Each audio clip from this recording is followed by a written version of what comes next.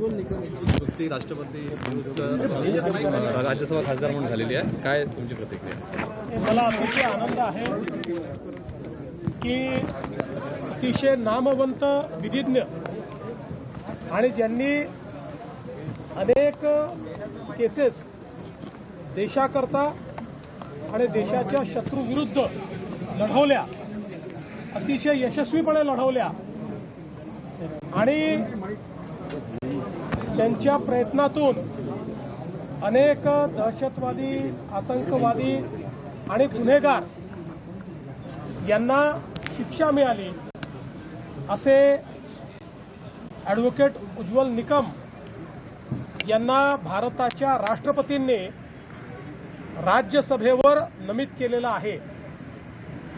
मी माननीय राष्ट्रपती महोदया यांचे आभार मानतो आणि त्यासोबत भारताचे प्रधानमंत्री माननीय नरेंद्र मोदी यांचे विशेष आभार मानतो की मोदीजींनी हा निर्णय केला की ॲडव्होकेट उज्ज्वल निकम साहेब यांच्यासारखा एक निष्णात विधिज्ञ जो सातत्याने देशाच्या बाजूने उभा राहतो आणि गुन्हेगारांच्या विरोधात उभा राहतो, त्यांना राज्यसभेवर पाठवलं पाहिजे आणि राष्ट्रपतींच्या कोट्यातनं ते राज्यसभेवर गेलेले आहेत।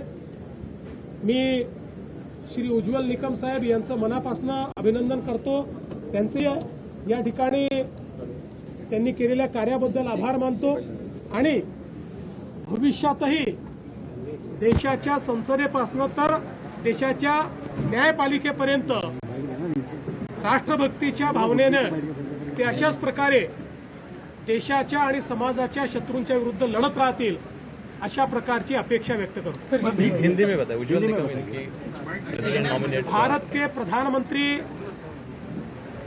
आदरणीय नरेंद्र मोदी जी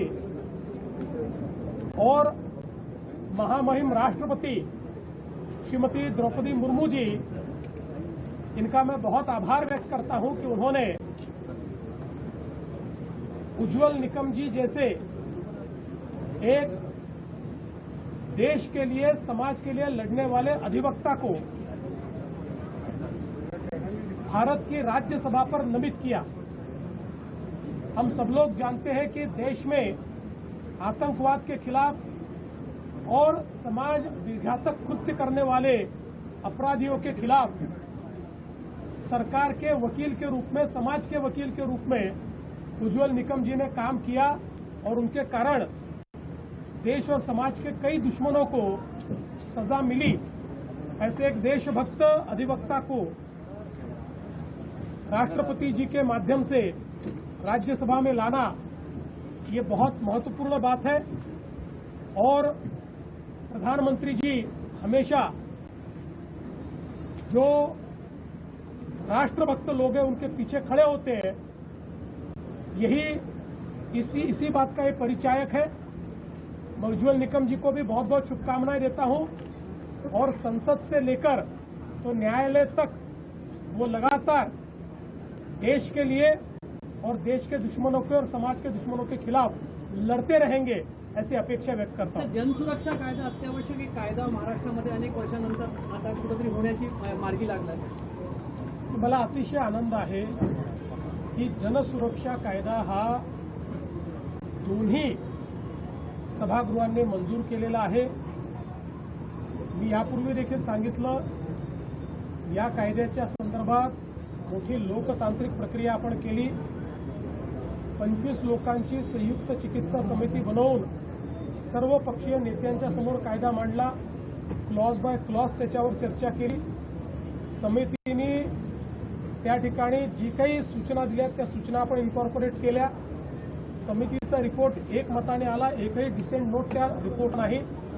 हे करत असताना 12,000 वेगवेगळ्या प्रकारच्या सूचना आल्या, त्या सूचनांचंही पालन करून तसे चेंजेस आपण केले आणि दोन्ही सभागृहांमध्ये चर्चेअंती हे बिल आपण मंजूर केलेलं आहे। यामुळे भारताच्या संविधानिक व्यवस्थेला उलथून टाकण्याचा विचार करणारे आणि भारताच्या संविधानाला न मानणारे अशा प्रकारच्या ज्या शक्ती आहेत त्या शक्तींवर आपल्याला कारवाई करता येईल. मी पुन्हा एकदा सांगतो, काही लोक आजही बिल न वाचता त्यातलं एकही अक्षर माहिती करून न घेता या बिलाच्या विरोधात बोलतायत. त्यांनी जर बिल वाचलं तर ते कधीच या विरोधात बोलणार नाही, कारण या बिलाच्या विरोधात बोलणारे एक प्रकारे या देशातल्या जे काही कडवी डावे विचारसरणी आहे, लेफ्ट विंग एक्स्ट्रीमिझम आहे, त्याच्याच विचाराला कुठेतरी पुढे नेण्याचा प्रयत्न करतायत, नकळ प्रयत्न करतायत. त्यामुळे त्यांनी हे बिल वाचावं. या बिलाने कोणाचाही आंदोलनाचा अधिकार काढून घेतलेला नाही. या बिलाने कोणालाही सरकारच्या विरोधात बोलण्याचा अधिकार काढून घेतलेला नाही, सरकारच्या विरोधात लिहिण्याचा अधिकार काढून घेतलेला नाही, सरकारच्या विरोधात अभिव्यक्ती करण्याचा कुठलाही अधिकार काढून घेतलेला नाही. सर्व प्रकारचे आंदोलनं करता येतात. किंबहुना हा एकमेव कायदा असा आहे की ज्या कायद्यामध्ये संघटना बॅन करता येते तरच व्यक्तीवर कारवाई करता येते, त्याशिवाय व्यक्तीवर कारवाईच करता येत नाही. आणि संघटनेवर कारवाई करण्याकरता हा पहिला कायदा असा आहे की ज्यामध्ये अपराधाला नाहीतर आपण पहिले अरेस्ट करतो आणि त्यानंतर कोर्टापुढे जातो, पण इथे कोर्टासारखी जी व्यवस्था उभी केली आहे, हायकोर्टचे जज किंवा रिटायर्ड जज, डिस्ट्रिक्ट कोर्ट जज आणि पीपी असं एक मंडळ तयार केलं आहे. पहिले त्यांच्या पुढे पुरावे घेऊन जावं लागेल आणि त्यांनी पुरावे योग्य असं म्हटलं तर बॅन होईल. आणि अशा प्रकारचा बॅन केल्यानंतरही त्या संघटनेला 30 दिवसामध्ये हायकोर्टात जाण्याची मुभा असणार आहे. अशा प्रकारचा कायदा तयार केलेला आहे. जनहितामध्ये, लोकहितामध्ये आणि संविधान आपलं हे सर्वोपरी असलं पाहिजे याकरता कायदा तयार केलेला आहे. मला असं वाटतं की ज्यांनी कायदा वाचला त्यांनी याचं स्वागतच केलं.